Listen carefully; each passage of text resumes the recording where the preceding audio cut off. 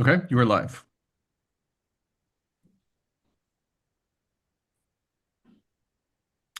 Thank you for everybody for joining today's LF Decentralized Trust meetup about Fabric X. We have a number of speakers who will be talking about this new Fabric application. And with that, Ellie, take it away. Thank you, David, for the introduction. Hi, everybody. My name is Ellie. I'm from IBM Research, and I'm gonna introduce a little bit this webinar. Going directly to the point, why, as a refresher, why did we introduce Fabric X? Fabric X comes to address the emerging digital asset and digital currency requirements and challenging requirements, specifically when it comes to bringing together resilience and transparency that comes together with a DLT paradigm, with flexible workflow orchestration and high degrees of scalability. And by scalability, we refer to the ability to process transactions at high rates, low latency, and for a high number of users. And we do all this in a way that allows different kinds of privacy enhancing technologies to be incorporated into the smart contract execution in compliant manner and in a way that will honor agile governance, relevant for regulated liability networks and other multi-party network setups.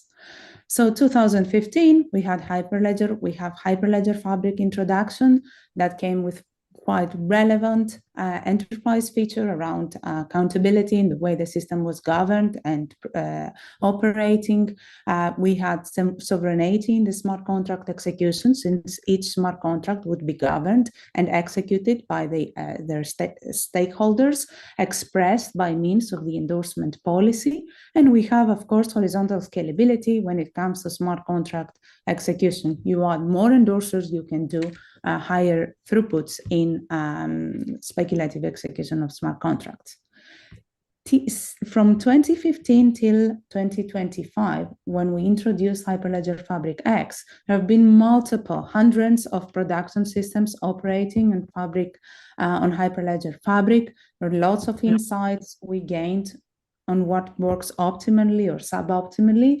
And we therefore introduced Fabric X with advancements when it comes to the programming model that becomes way more flexible now to be able to accommodate within the smart contract execution Oracle capabilities or DLT bridges, as well as more flexible business workflows. We also are able to allow the posting on the ledger and the processing ledger updates and state updates of over hundreds of thousands of transactions per second, assuming a single channel, a single system of record, and payment transactions that have two read sets and two write sets. We also allow for no single points of trust or failure across the different levels of transaction processing. What are similar with respect to Fabric is we, of course, honor the same transaction lifecycle stages. We have pre-order execution. We have the client submitting the transaction request upon execution. Then we have the executed transaction, the speculatively executed transaction ordered through some consensus protocol. And then we have the validation that checks whether execution was for that, depending on the smart contract that was triggered, whether it was performed by the associated endorsers, and then would take into consideration whether the state was valid or fresh and would update the ledger state accordingly. We still have the horizontally scalable smart contracts and the governance models. We keep the same identity management architecture and membership service providers and policy frameworks. We have the same type of consensus. We have Byzantine fault tolerance and we keep similar APIs. However, we do introduce certain advancements, as I said, when it comes to the programming model for a good set of reasons you will hear in this webinar, in this session. We introduce changes to the peer decomposition to increase the level of parallelism in transaction processing. And we accommodate one channel, as I mentioned. We no longer support multiple channels. It is possible that parties, that for applications where you need multiple broadcast channels, that you introduce multiple instances of Fabric X. We do no longer have native support for private data collection, but it is possible that one implements it on the application level. And because of the new programming model flexibility, we have ordering service based on ARMA consensus that allows for higher transaction throughputs. And we have, of course, higher performance altogether on the ordering phase and the committer phase. So how we are going to proceed with this webinar is that first we're going to introduce the Fabric X programming model touching on the client side and the smart contract deployment and execution side. Then we are going to continue to show you how can we easily and flexibly deploy a Fabric X core. So that is the ordering service and the committers, such that one could run their first application on Fabric X. And then we're going to demo this as well as a tokenization of asset sample using Fabric X programming model. And we'll conclude with what comes next and how you can contribute, how we can receive your comments and open discussions on what should come next. Thank you very much for your attention. And now I'll pass the word to Marcus.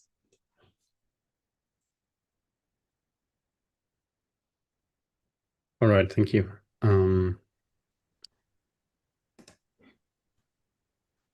Do you start sharing? Okay, great. All right, let's talk about the new Fabric X programming model. Actually, if you heard the previous webinar about Fabric X, the programming model we like to advertise here is actually not so new. And sometimes we were already speaking about it in the past, about the hidden gems of Fabric. However, before we jump into that, let's look at the state of the art with classic Fabric. So if you want to build an application with Hyperledger Fabric, well, you actually start by implementing your business logic as a smart contract or as a chain code. Well, depending on the complexity of your chain code, well, you put a bunch of logic in that piece of, let's say, code and let the user interact. Here in this example you see on the screen, well, I try to give a very simple example on how do we implement the use case when we want to sell our house. Well, we would write this chain code, and then a seller would create an offer with a nice description of the house, how many bedrooms, what is the size of the swimming pool. I mean, you know, or example relevant for that particular offer. Then that user sends this to the chain code. It will end up as a transaction on the ledger as an offer. Then the users may screen the ledger or use the chain code itself to basically list all available offers right now on the ledger using a different functionality provided by the same chain code, and then propose a bid on the ledger, giving let's say, the amount of money that person is willing to pay for that house, and then eventually the user have to accept, or the seller has to accept the bid from the buyer or potential buyer. Well, in this particular example, I mean, it's kind of an easy example, which you can illustrate just on a single slide. However, in reality, if you want to sell a house, well, this gets way more complicated. There are more parties involved. There is maybe a negotiation phase between the seller and the buyer about the price, which we not necessarily want to have all the details about the negotiation ending up on the ledger. There are also maybe some government agencies involved in checking if someone is allowed to sell the house or whatever. So it becomes more and more complicated. And the actual problem is that Well, if it becomes more and more complicated, well, this piece of code, the chain code, this grows rapidly. You introduce more and more code. And actually, what would be nice if, as in real world, users basically could communicate directly and maybe negotiate before they start transacting on the ledger. Can you click, please? And during those negotiations, and the entire process, things gets updated. It's also sometimes hard for the clients to maintain, let's say, the state of a certain business flow or business process.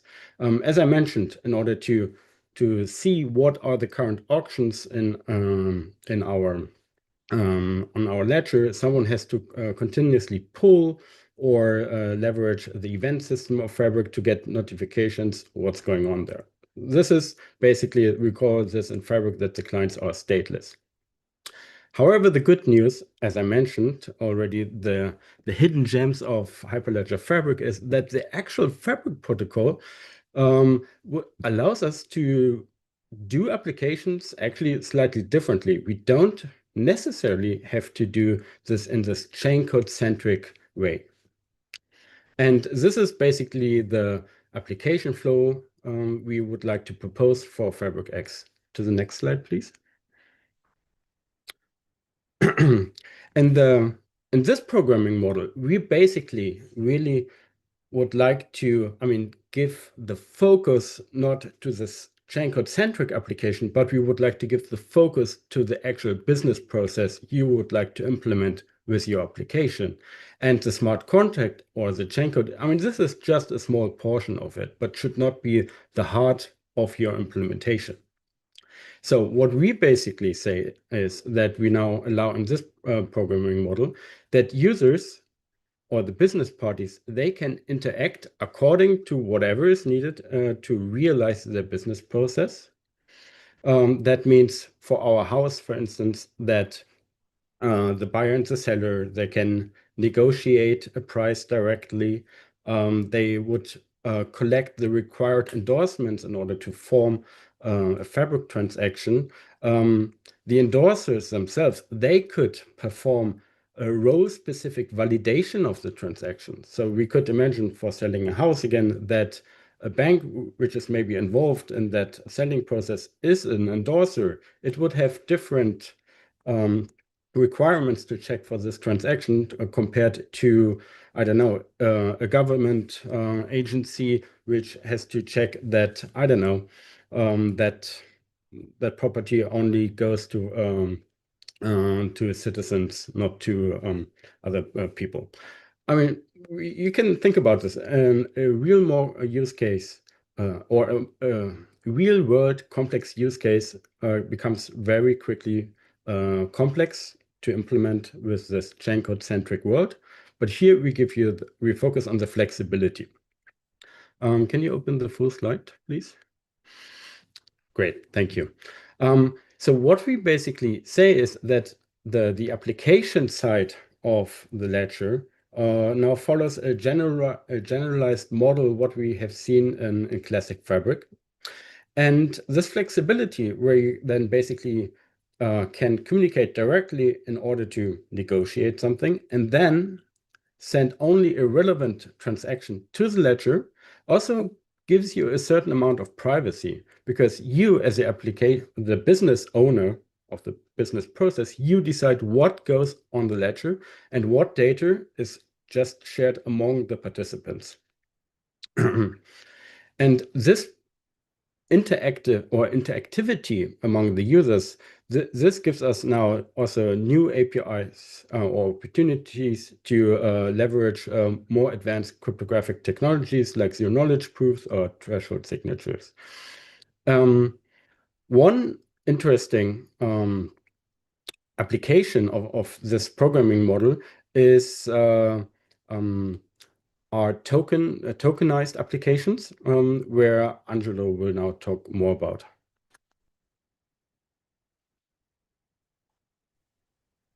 Before data comparison, maybe. Ah, right. We have still one more slide. Sorry. What a nice transition, almost. Okay, a quick overview to a comparison of those two programming models. As I said already, in classic Fabric, we have this chain code-centric programming model, which we don't have with Fabric X, where we allow, let's say, flexible, interactive business processes to be implemented. Even though we still see uh, let's say, an advantage, not advantage, but we see benefits in having chain codes. But at this point in time, we think, well, let's focus on this new programming model, and together with the community, we could still bring the chain code back also into Fabric X. That's something which we would like to discuss with the community in the future. In terms of well, what actually counts for a transaction to be let's say, committed successfully, what actually is important is the endorsement policy. We also know already from Hyperledger Fabric. We still have the notion of a namespace, which we had in Fabric, and every namespace is basically protected with an endorsement policy, which defines, okay, who needs to sign off a transaction in order to this transaction become valid and can be committed. And as I mentioned, privacy is yet another, let's say, built-in functionality in this new programming model. So we don't need functionalities like the Fabric private data collections anymore, because the business process itself is in full control of its data, and the data is handled there. So the application process decides what data goes onto the ledger. Now I give it to Angelo. Beautiful. Thanks a lot, Marcos. I'm pretty sure many of you have probably already seen these slides, these coming slides in previous webinars. And indeed, let me say immediately that let me make the long story short is that the Fabric token SDK, some of you might know already, has been upgraded to be compatible with Fabric X. So if you have already an application written with the token API, this application will work against the Fabric X without almost any modifications, and that's also what you will see later in the demo. But let's quickly get a refresher of this component that it's at the core of this application that Arne is going to show. Is going to show in a few minutes.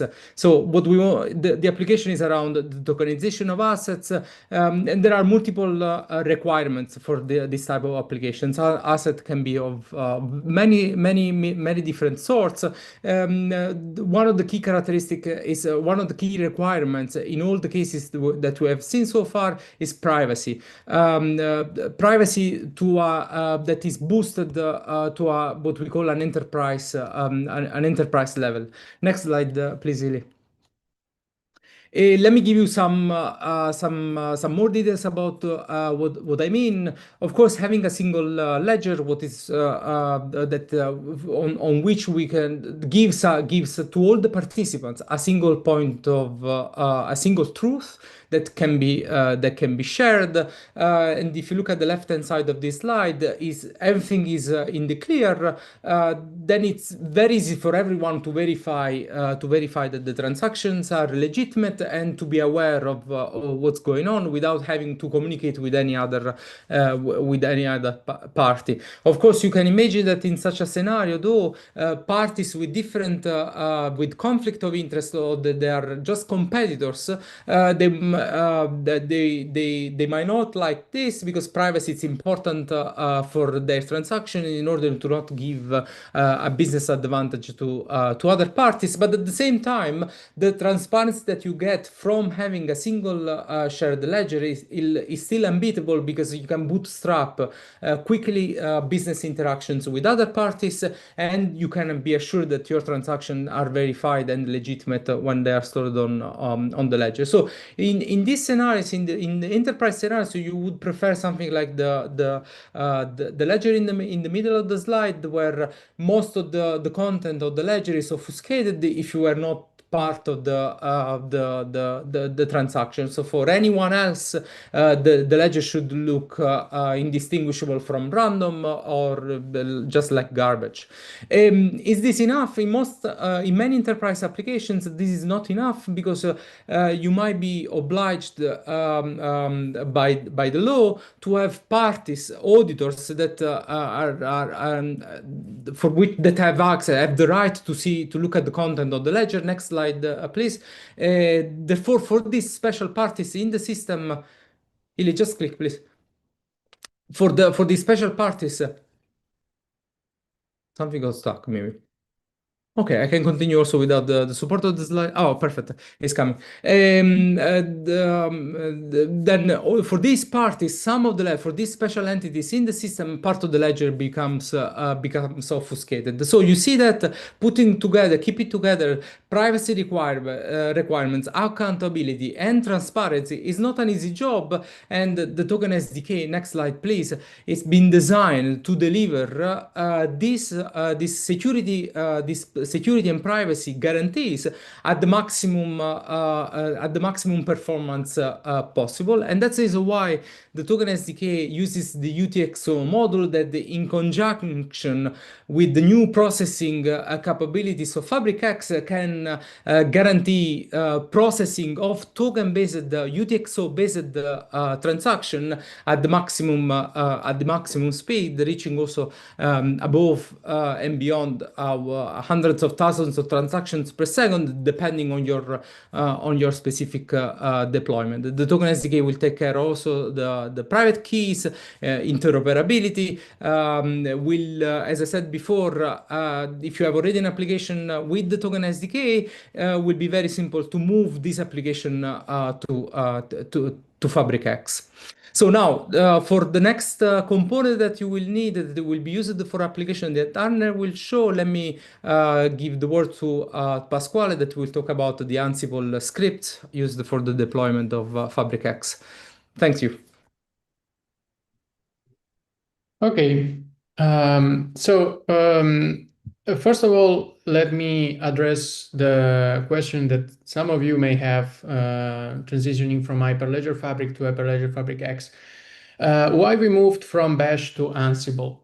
So the reasons are many, but here I've summarized more or less the key points that with Ansible we are able to get.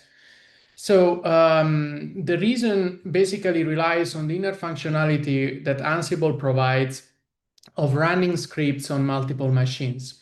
In this way, we could write Ansible scripts to run FabricX, a FabricX network instance, both locally, but at the same time on a distributed deployment.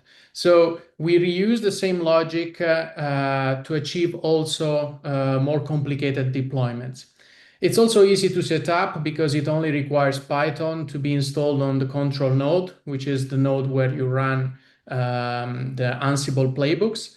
And also you only need to set an SSH connection to the remote nodes in case of a distributed deployment. It's modular, which is great to keep the scripts, I would say, clean and logically organized. It's plugin rich. The plugins are open source, which means people can have a look to them and also improve them in case, and there are literally many of them. And last but not least, idempotency. Ansible scripts are meant to be idempotent. If you run them twice, you always get the same result. This is not always the case with Bash scripts unless you put the proper conditions in place. So this is also one of the key features that let us move to Ansible. Okay, next slide. So here I'm resuming more or less what you will get with the Ansible collection that we have built that you can find online, Fabric X Ansible collection. You will find internally some sample inventories, the playbooks, and then the roles. Now, let's say our vision is the following. The end user should only define its own inventory. That, let me say, is a sort of a screenshot of what the final network should look like. So you define there, for instance, how many ordering nodes you want to run, where you want to run them, the committers as well, and so on and so forth. You can group them into groups to easily target them into the playbooks, and then you're good to go. Because then the logic is that you should use the playbooks and the roles that come together with the Fabric X collection. So the playbooks work as a glue between the inventory and the roles. In the playbooks, you define for a certain host or a group of hosts which actions you want to run on them. And the actions can be grouped into role tasks. Roles are mainly, we can define them as libraries in the programming world. So our libraries for Ansible, they are meant to be reusable, they are inventory agnostic, and each task should achieve a specific goal. Then you can combine them together into the playbook to achieve more complicated results. And that's basically what you will find in our collection. Other thing is that the roles support default variables, which is also good because we can default most of the settings to a value that is okay for, let's say, the majority of the use cases. But still, the user can fine-tune the setting in its own inventory without any problem. And then also the support of templates, which are important to generate configuration files for the services. Next slide. So now here there is a quick picture, a small picture about what you're going to see now. We're going to deploy a Fabric X network on 7 nodes, 7 machines, plus an 8th one, which works as control node. You see 4 machines will be devoted to the ordering nodes. And then we have 3 other machines that will run a single Fabric X committer. All the components are Dockerized, so we're going to run them as containers. And we support both Docker and Podman as container engines. Yeah, so now let me go sharing my screen.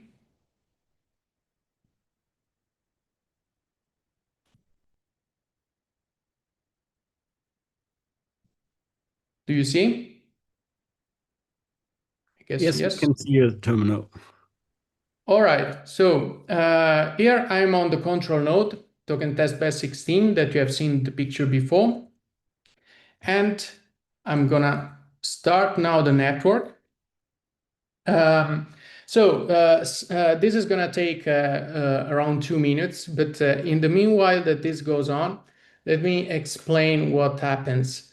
So here I've cloned and installed the collection that we have open sourced. In the terminal above, you see basically Podman stats for each of the 8 nodes. And you see that in the meanwhile, we are bootstrapping different containers on the different machines. So at the end of this run, we will have a Fabric X network, which is distributed over the 8 nodes. What I've done in practice to achieve this, besides cloning the repository, the Ansible collection and installing it on the control node, I've replicated, let's say I've translated into a YAML inventory what you have seen in the picture. And that's all. Nothing else is needed from the user perspective. The collection also comes with some sample inventories that you can run locally. If you are interested in running them please clone and install the collection and try it, play with it, because feedbacks are also very welcome as well as contributions. We have tested them on both Linux and Mac OS, and they work, at least to our knowledge. So yeah, that's it. So now we are waiting until, so we are creating a namespace on the committer. What is good also of Ansible, as you may have seen, is the fact that we can wait until a service is up and running, which is great also in case to avoid race conditions of a service spinning up before another one, which is a dependency, is okay, up and running. Okay, so now the network is running, and if I go now to the monitoring and I log in the dashboard, we should see, yes, now the load generator is sending 1000 TPS per second, which is, let's say, the default value that we set. And also this, you can fine tune, increase, decrease, and play with the different location of the services. I would say that's pretty much it from my side. So I give the word now to David for the Kubernetes operator. Thank you. So if the slides can be shown. Hello? Okay.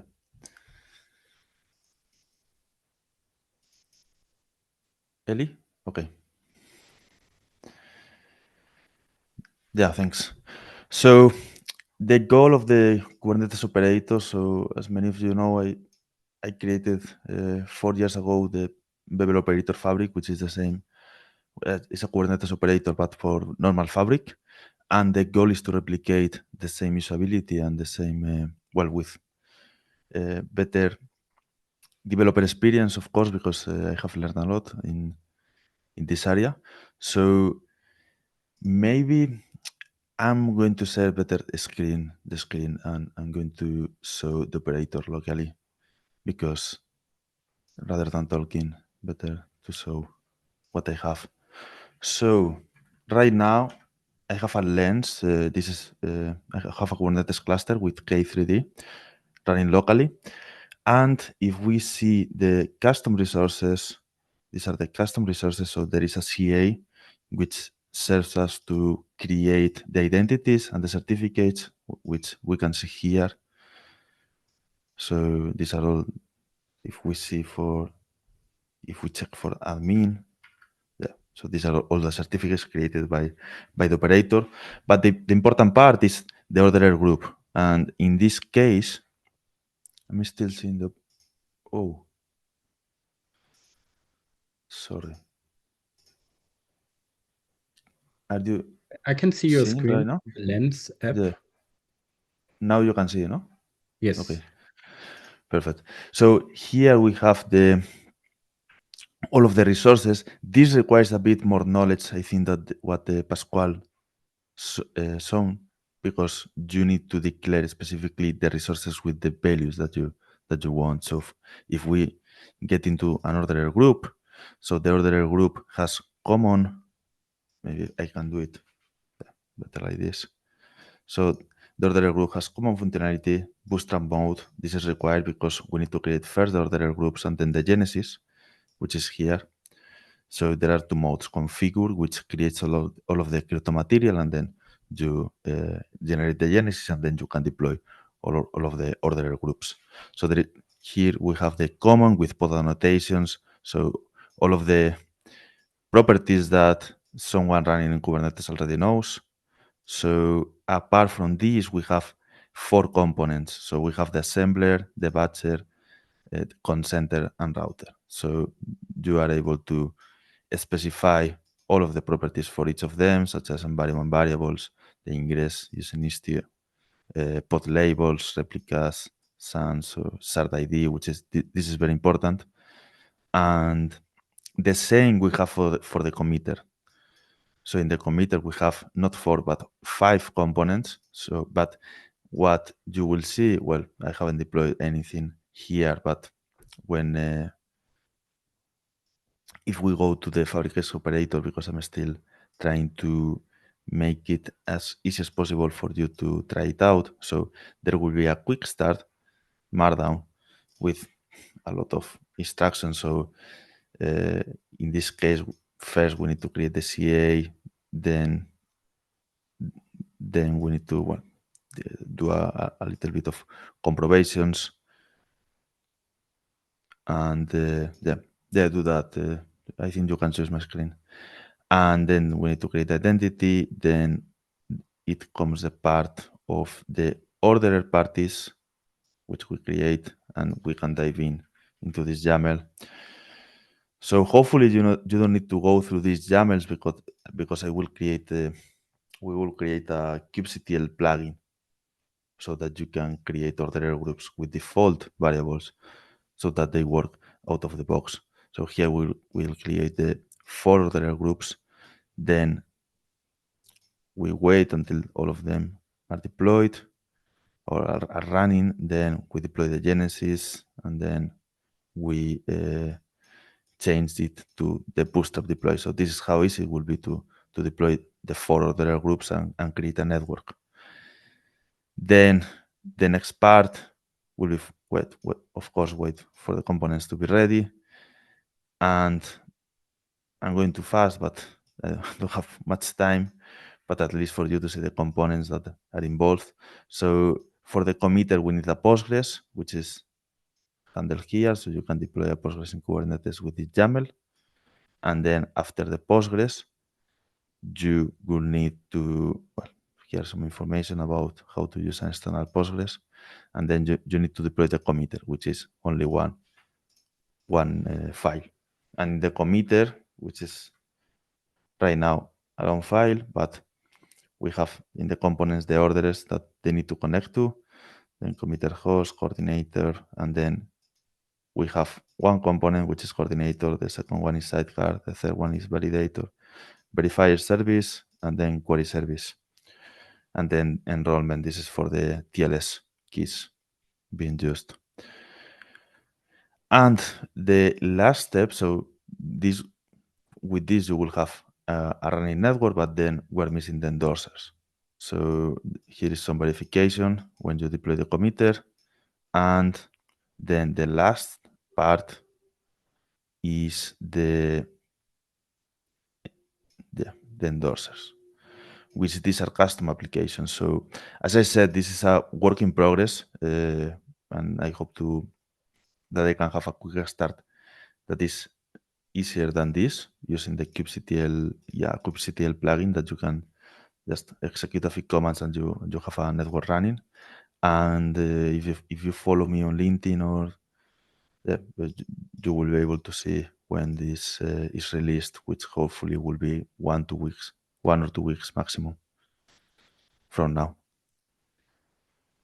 So yeah, if there are any questions, otherwise we can continue. All right, I'll take over then. Thanks, David. It looks really cool. Thanks. All right, so I'm going to share my screen now. I'm going to give a demo now of how to actually build and run your own application. And the goal is to basically tie together what Angelo and Marcus have already mentioned about the new programming model and how we can have tokens with privacy. And also Pascal's scripts to actually deploy a network with Ansible, but using it locally. So here we go. If you go to the Fabric X repo in the Hyperledger GitHub, then you'll see that since today there is a new directory with samples and tokens. Now this is an application based on the Fabric Smart Client and the Token SDK, and it allows you to basically issue, transfer, redeem any kind of tokens. in this sample application, I want to show you how to get going, how to clone this, and how to actually run it yourself, and how it works, and the programming model mainly. So what we have in this network, if you look at the components here, the FabricX components are the orderers and the committers that you've seen already now. And we have here the token nodes, as I call them now, the services for the parties that can actually interact with the tokens. So we have an issuer who is the identity that is allowed to create the tokens. And we have two different instances of owner applications. And owner applications manage accounts, in this case for Alice and Bob and Carlos and Dan. These accounts of Alice and Bob and Carlos and Dan are based on IDMX credentials. So we also have an offline Fabric certificate authority that can issue these credentials to them. And this allows them basically to have this privacy that Angelo mentioned. Towards the ledger, they're completely private. But when they talk to each other, they reveal the secret that allows the other party to know who they are. Besides that, we have the endorser. So in this case, the endorser is not part of the pair that's running chain code, as you might be used to from Fabric 3, but it's a separate application, also based on the Fabric Smart Client, who not just signs the transactions, but in this case also verifies that all the rules of the token network have been followed. And I will demonstrate that. So when you clone this, the first step is to go to the FabricX Ansible collection that Pascale just demonstrated and make sure that you've installed it. In this case, I'll just skip it and go straight to the commands here. So what we have here is an Ansible directory, and it has several playbooks. The build playbook to create all the crypto and the Genesis block for the network. And obviously start and stop, and tear down just completely destroys the whole network. And besides that, there's the inventory that Pascale mentioned, in this case, focused on local hosts in a Docker network. And I've already run it. So you can see that I have all the components here of a Fabric network, FabricX network. We have 4 orderers with all the components, and we have a single committer using a Postgres database. Besides the Fabric crypto, we need a little bit more crypto material. So what the setup also creates here is identities for the different nodes. I'll just show one of the owners so you get an idea. They each have their own configuration. They run as a separate process or Docker container. And they have all a Fabric identity to be able to submit transactions and to retrieve the committed transactions. And they also have the public identities of the other nodes, because with the interactive model here, they really talk to each other to create the transaction, as Marcus has told already. And finally, there's the wallets. As I said, these are IDMX identities. And this is the long-term identity of Bob. And for every transaction that he does, he creates a new derived one-time use identity for every token that he will own. All right, so in a Start Fabric I've already done. This is the network that's running here. So in Fabric 3, you would now install the chain code. But in our case, we just have to create the namespace, which boils down to the same thing. It's just creating a new namespace in the one channel that we have. And what's important here to notice is that we have specified here the key of endorser 1, the public certificate of endorser 1, as the one endorser for this namespace. So every transaction here has to go through that party. And you can see here now we have one namespace installed called token namespace. now next step is to start the app. In this case, just the Docker Compose app. There is a Swagger definition running on localhost. I'll skip that for now, but when you clone this, please take a look at that to get an idea. And then there's one more step to initialize this token network, specifically with the crypto that we've generated before. So what this is doing is we can see it's committing basically a configuration file to the ledger, which is then automatically shared with all the participants.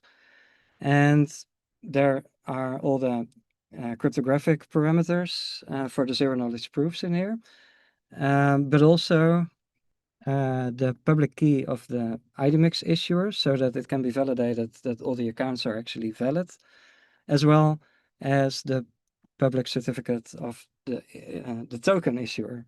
So in this case, there is only one party allowed to create these tokens, which is what we're going to do right now.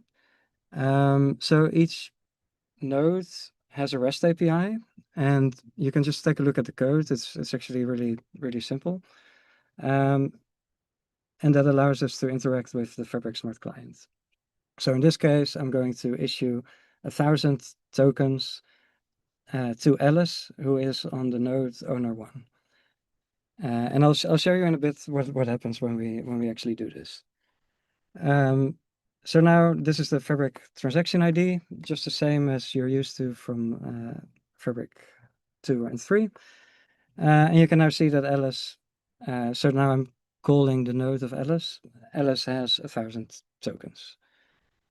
Then if she wants to transfer it to Dan, similar process, we can just, she's going to transfer 100 tokens to Dan, and with a personal message, I'll get back to that as well. So if she sends this, it goes through the whole thing, and it arrives at Dan's location, and Dan can see this transaction, which is now committed with the personal message, and now he has 100 tokens. So this looks really simple, and it should be really simple, but of course a lot is happening here. And mainly what I want to highlight is that this is following the new process in the sense that a lot of the interaction is happening actually directly between owner 1 and owner 2. Owner 1 has to request a one-time use identity from owner 2, and it has to share the secret to actually reveal the amount of the tokens and who are actually owning them. When that's done, Alice submits it for endorsement, similar to Fabric, except that now the endorser also validates the values to the configuration that I've just shown, and all the other logic, the crypto, is the input the same value as the output, all that basic stuff to make sure that the token transactions are valid. After that, flow is actually similar again, submit it to the orderer and wait until it's committed. And to really drive that home, I'll show a little bit of code, so you get an idea of how in this particular application this flow works. So when you, let's go to main first. When we create the node, we register specific views. Views are what we use in Fabric Smart Client to talk to other nodes. In this case, the transfer view, which was initiated by owner 1, and then we have the responder accept cache view on the owner 2 side. When I did the curl command, basically what we did is call this view with all the information, the token type, TOC, and the quantity, I think it was 100. And we use that to contact the other nodes, and that's what's happening in here. And a lot of this is abstracted away in the token SDK and the Fabric Smart Client, but this is where it's actually talking to the other party and requesting this identity. And then it's creating a new transaction. And this is where we set the message. And I wanted to stand still with that for a minute as well, because if we do set application metadata in a token transaction, then this is actually private information. It's only shared with the other party. So you could compare it with a private data collection, except it's not storing a hash on the ledger. So it can be that simple to actually share private information, and then the token SDK makes sure that it's stored with this particular transaction. And another example where you could play with is if you want to share public metadata, you can also do that. So this data will actually be shared and recorded on the ledger. And the only validation that we have there is that the key has not been used before. So you can imagine that you can use this also to add your own business logic, even to this simple token application. And then we get back to the final steps that I mentioned before that you should be familiar with. Collect endorsements, not sending it to the peer for chain code, but in this case, just sending it to the endorser, and then sending it to the orderer and finality, and waiting for the finality. Well, obviously there is a lot more to say about this, but we don't have time today. If you have already created an application based on Fabric Smart Client and Token SDK, Angelo already mentioned you can just fairly easily shift, because all of this logic works on both Fabric 3 and Fabric X. In fact, this demo can also run on Fabric 3 if you prefer that. The only difference we have is in the SDK that we load in just this simple file. That's the only difference, and for the rest, you can just keep using Fabric Smart Client and Token SDK, also on Fabric X. So that's it for me now. Of course, we really hope that you want to try all of this yourself. Ansible, soon the Kubernetes operator, and also the sample application. So here are a couple of links that we will also share, and later also David's link when that's public, where you can actually give it a go. And we hope you want to do that and share your feedback. And with that, what we've seen today is you can actually already deploy Fabric X pretty easily and nicely in a distributed way with the Ansible collections, very soon also with the Kubernetes operator. And we've seen the new programming model and how it actually can support privacy and compliant token applications already, and you can also use it to build your own. So please find us on the Discord. Can't wait to hear from you. Are there any questions that we can still handle in these last minutes? Not much in the chat. I think were mostly links that also on the slides. Okay. We can mention that we'll have a couple of follow-up webinars going deeper into the DLT part, into the orderer and the committer. And the next one is in less than a month. Yep.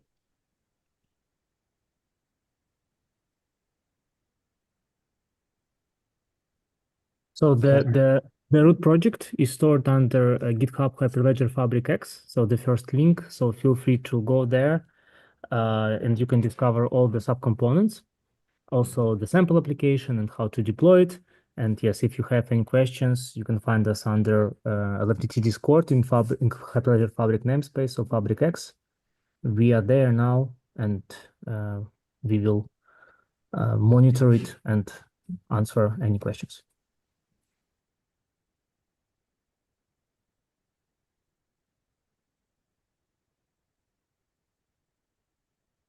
All right. David, are you still connected? Maybe we can call it a day and close the call. Yeah, I'm still here. perfect. Okay, we're all set. Well, thanks everyone for presenting. And for everybody who dialed in, I'll send some links around with these different resources. So look for that in your email soon. Very good. Thanks, everyone. Thanks. Thank you. Bye. Bye-bye. Thank you. Bye-bye.